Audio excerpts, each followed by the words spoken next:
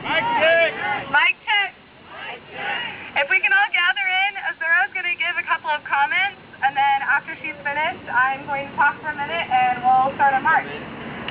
Hopefully around 4:15. So, do you want me to hold this for you, or yeah, I'll just be loud. Okay, so a lot of you already know me, but one of the questions that I asked myself for today's march is, how should I introduce myself?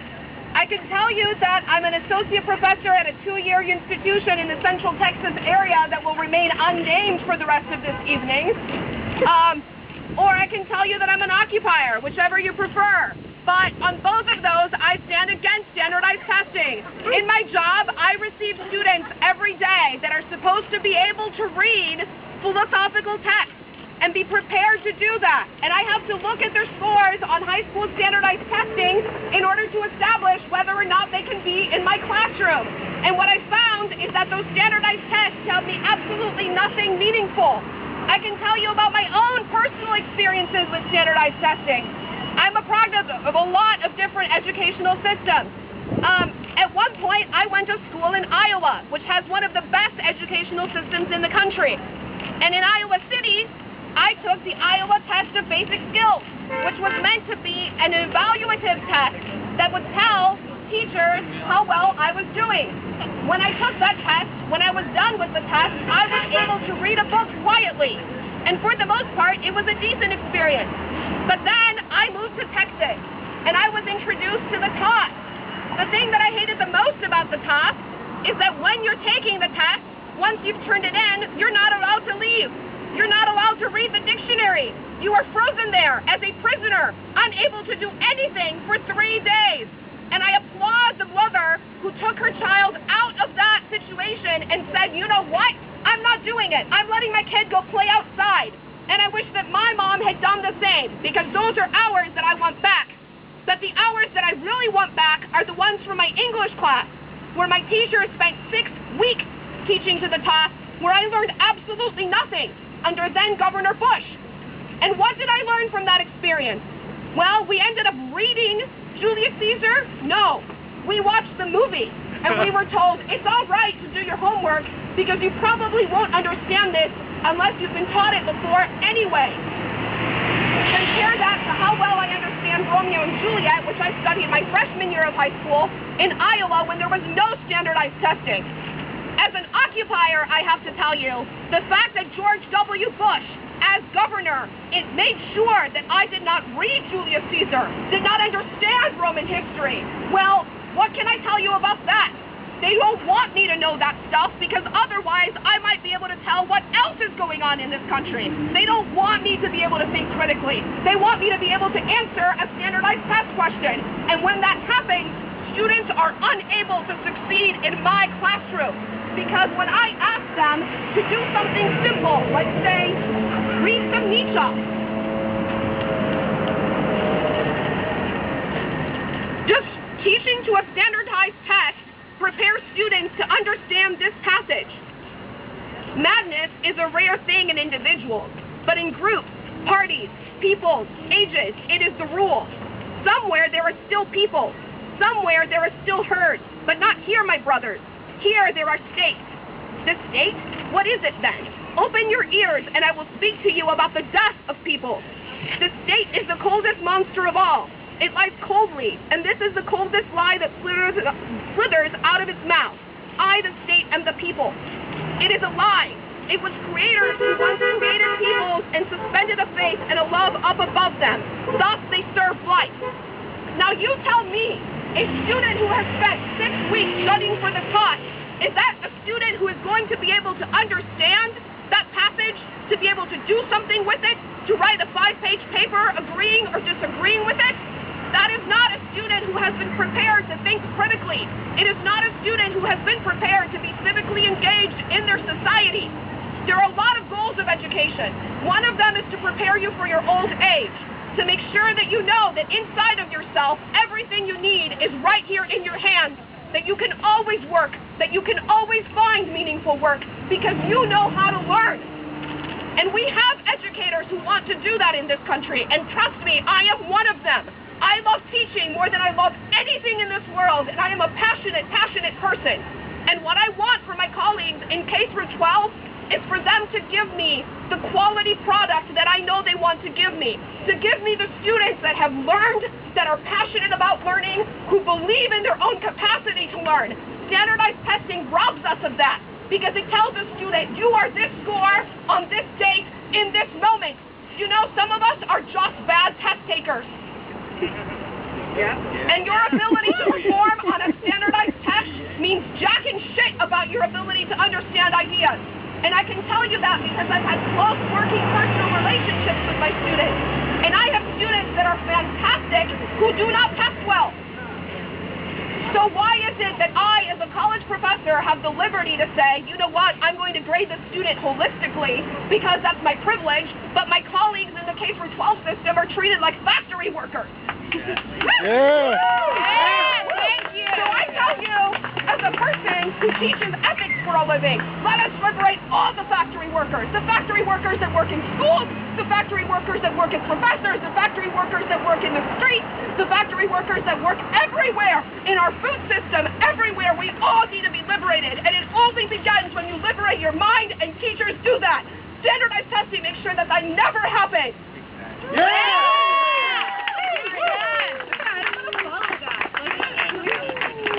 So just a quick note, always be ready to occupy. What does that mean? Your mind is liberated. Your shoes have steel toes. In my case, it means I carry a gas mask. I have water. I have paper. If I get arrested, I have a book and money in my pocket. I have ID. I am ready. This is a sacred political space, and when you enter it, leave your shit at home, because this stuff is tough enough. There are going to be police who are going to ask you to step out of the street. Some of you may choose to do that. I personally will not, because these are my streets, and any time that I and 50 or 100 or 200 of my closest friends choose to air our political grievances on it, we do it in the street. But all of you have to make the personal decision of when and how and whether to resist. And in order to do that, you have to be ready. You have to be open and willing to do what it is that you're going to do. You have to have accepted the consequences a long time ago. Some of us have done that at eviction.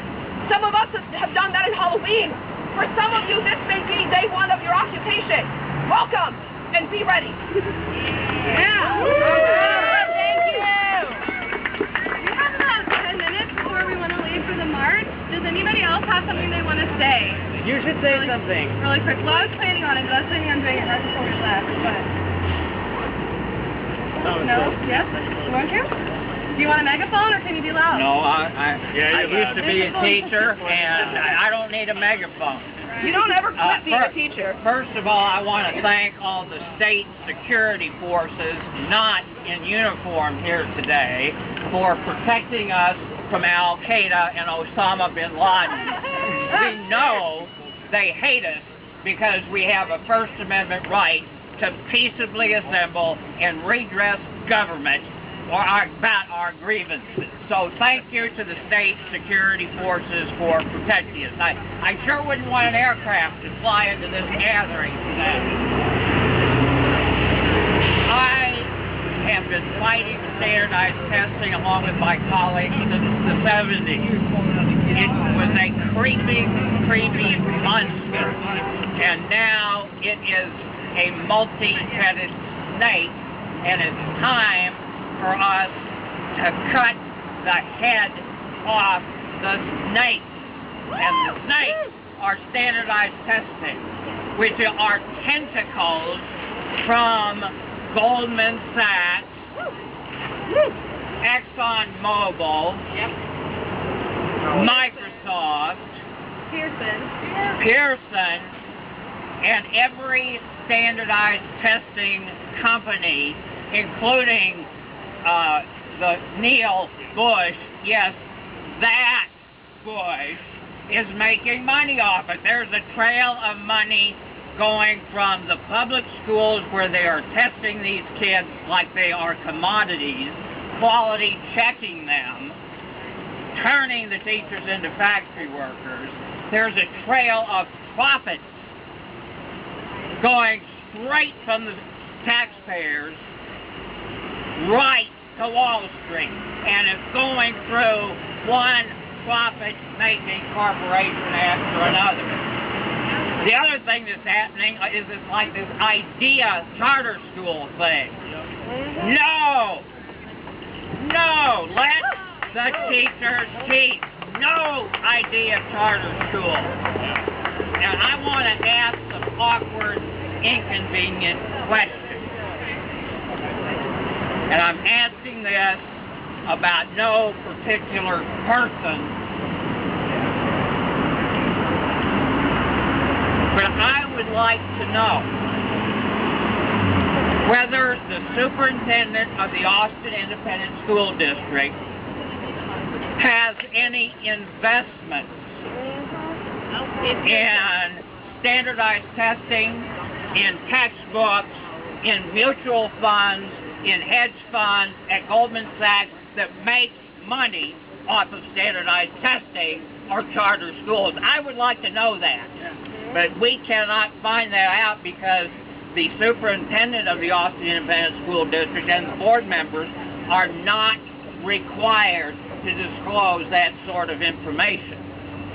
I would like to know if the superintendent of the Austin Independent School District has received any income at all since she has been superintendent, or he or whoever it is, from corporations, from standardized testing as educational consultants or researchers.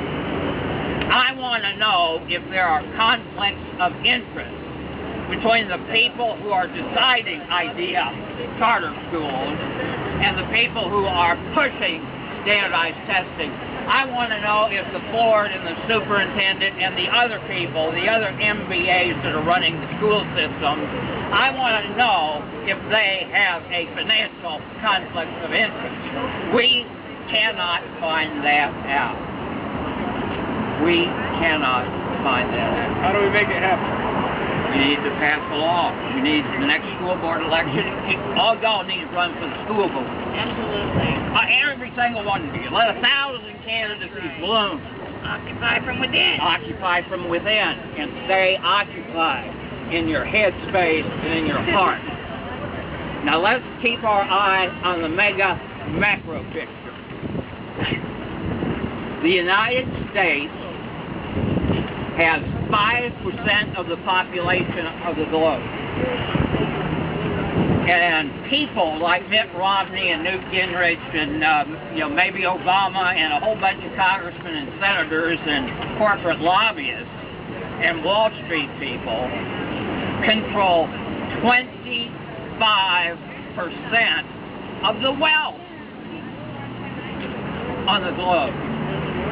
Coincidentally, this is no conspiracy or anything, but just coincidentally, this 5% population also consumes 25% of the energy. Now, the focus needs to be for us on Occupy Wall Street and Occupy Oakland and Occupy D.C. and Occupy Nashville and everywhere else that the state security forces have violently repressed the voice of the people, including the state security forces here that used to be called the Protect and Serve Local Police. They're not that anymore. They are repressors. The only difference between what's going on there and in Syria, well, I'll let you figure that out. There's no difference. Repression is repression. And repression of academic freedom of the kids in the schools and in the universities, and repression of the ability of teachers to teach, to really teach. There's a slide over here that said there should be learners. Where did it go? Learners, we should have curious, critical thinking, creative learners. That's what we need. We don't need to keep teaching millions of kids how to bubble in answer sheets. Thank you. Thank you. Thank you so much, Tom. Yeah. for our march in a couple of minutes after I kind of say these things. But first of all, seriously, thank you so much for being here. There's so many people here that I have not met. And to me, that just blows my mind that this many people really care about these issues as much as I do. So thank you to Occupy Austin and my friends from Occupy that have helped plan this. In addition to Occupy UT, EDPN this, wherever you went, from Texas Parents Opt Out. Education Austin, the Coalition to Strengthen Austin Urban Schools, and Pride of the East Side for all of your help and support in making this event successful. These are all organizations that have helped us with this and who are on the same note as Occupy is with education. And I think that the coalition building between us and these organizations, I say us, Occupy, these organizations is so imperative for the future of our movement. Additionally, Save Texas Schools, Texas Parents Unions, and parents of Leander ISD have also helped us in promoting this event. So this is not just a couple of people who share something about, a little bit about something. This is a mass thing that everybody takes and has to go. So I'm going to start with an analogy that I learned in my ethics and education class in undergrad. And it was given by my professor. I'm not sure where she got it, or maybe she made it up. I don't know. This is kind of relating No Child Left Behind or standardized testing to football and trying to apply it in that way. It says, all players must have the same skills at the same time, even if they have differing conditions or opportunities to practice, or don't have opportunities to practice. There are no exemptions for lack of interest, an injury, or genetic ability or inability. The second is, talented football players need to practice and work out on their own because the coaches have to focus all of their instructional time with athletes who are struggling, injured, or unfamiliar with the rules. All teams must make state playoffs, must win a championship. If they don't win, they'll be placed on probation until they are champions. Coaches are also on probation for this. After 2 years of not winning a championship, they will take all the footballs and equipment until they win the championship. So essentially, whenever schools are failing these standardized testing, they're put on probation. And if you fail for more than 2 years or however long amount of time, they start taking resources from you. Please tell me how that's supposed to help you educate. If I get things taken from me and I don't even have enough to begin with, how is that supposed to help anything? So I want to talk about. Oh, yeah, I wrote backwards. What should we be doing? And how should teachers be able to teach? I think that personally, as a teacher myself, I don't like the idea that I'm a dictator of somebody's learning. I would prefer to guide or facilitate a child's own learning in which he or she finds the path themselves. I think that all learning should be hands-on, multisensory, addressing all areas of development, not just the ability to sit in a desk and color in a bunch of worksheets. That doesn't address anything at all, like not even cognition. It should be explorative. You should be able to go on field trips, take your children to the playground and find things and bring bugs inside. Like, if all of these things that we're not allowed to do because we have to sit in a desk as a teacher and basically just teach children rote memorization skills. I think that it would be really exciting if we could actually employ the ability of multi-age and ability grouping instead of putting everybody in little rooms because you're like 6 months in relation to this person in age. What does that mean? Why can't we mix ages and abilities? Why can't we have children teach them each other? And then secondly, or lastly, I guess, encouraging critical thinking, which was brought up by Tom before and Azura, that a lot of times children are taught 3 times 2 equals 12, 2 times 3 equals 6. But what if they don't understand what that means? What if they don't understand that 3 times 4 equals 3 4 times? They might know that 3 times 4 equals 12, but they don't know what that means. And there's so many other examples of this that they're not teaching. So obviously, there needs to be assessment and accountability, and I feel like there's better ways to measure the success and learning of students through portfolios, projects, creative performances, presentations, something in which the children and students are allowed to create their own learning and prove that they've learned something to you without having to sit in a desk for 4 hours and fill out bubbles. And I feel like the thing that puts the icing on the cake for me is the fact that Texas in the last 5 years has given $500 million to Pearson Incorporated, which is a corporation in London that they're not even from here, for one thing. So we're profiting people that aren't even from here. And then they're making profit off of our students failing. Whenever our students fail these tests, they go into remedial help or whatever. And those resources that they provide for remedial help after they fail a test are also done by Pearson. And then additionally, if you end up not graduating high school and you want to take the GED, that's also done by Pearson. There is no getting away from it. So I feel like it is a human right for all children of all abilities and all ages and all economic statuses and all colors to have a free and appropriate public education. Free and appropriate, not a free education, a free and appropriate education in which they have the ability to explore and to teach themselves and to actually learn. What part is free? Your parents pay taxes. Where's the money come from? Okay. Everybody. Well, all this money. So, we don't have a permit for this march, but as I go, I'm going to be taking the streets because I feel like this is an issue that cannot any longer be ignored and put on the sidewalk. Okay? This has been put on the sidewalk for years and years and years. I did not get a master's in education so that I could sit down and read a script to the children and say that I'm teaching. That's not it. So, the route for our march is going to be, we're going to march around the state capitol here to this way, right, Mike? This way? Yeah. Take Congress to 17th and Congress, where we'll rally at Texas Education Agency and have speakers from Education Austin, Pride of the East Side, and multiple Coalition to Strengthen Austin Urban Schools, other occupiers. So I'm taking the streets. I hope you'll do it with me. This is not a sidewalk side thing anymore. Let's go.